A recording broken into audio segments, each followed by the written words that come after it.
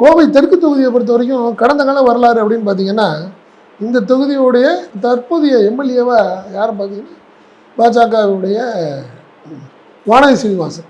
2021 சட்டமன்ற தேர்தலில் வானதி சீனிவாசன் கமல் நின்னார். அதில் மக்கள் நீதி மையம் சார்பாக கமல் நின்னார். திமுக காங்கிரஸ் கூட்டணி சார்பாக மயூரா ஜெயக்குமார் நின்னாங்க. பட் இதில் பார்த்தீங்கன்னா வானதி சீனிவாசனுக்கும் கமலுக்கும் கடுமையான போட்டி.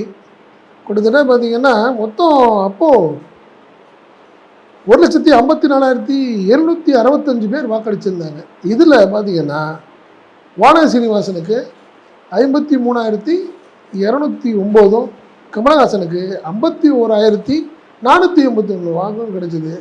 கிட்டத்தட்ட 1,728 வாக்குகள் வித்தியாசத்தில் கமல் தோல்வியடைந்தார், வானதி ஜெயிச்சாங்கன்னு வச்சுக்கோங்களேன்.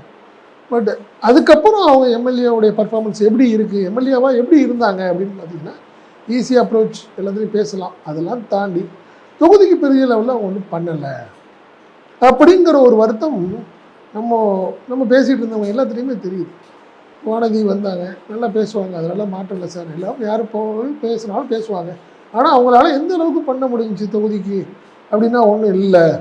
அது கூட ஒரு பெரிய மைனஸாக தான் அதாவது அம்மன் அர்ஜுன் அதிமுக வேட்பாளருக்கு வானதி சீனிவாசனுடைய செயல்பாடு கூட அவருக்கு ஒரு மைனஸாக இருக்குது.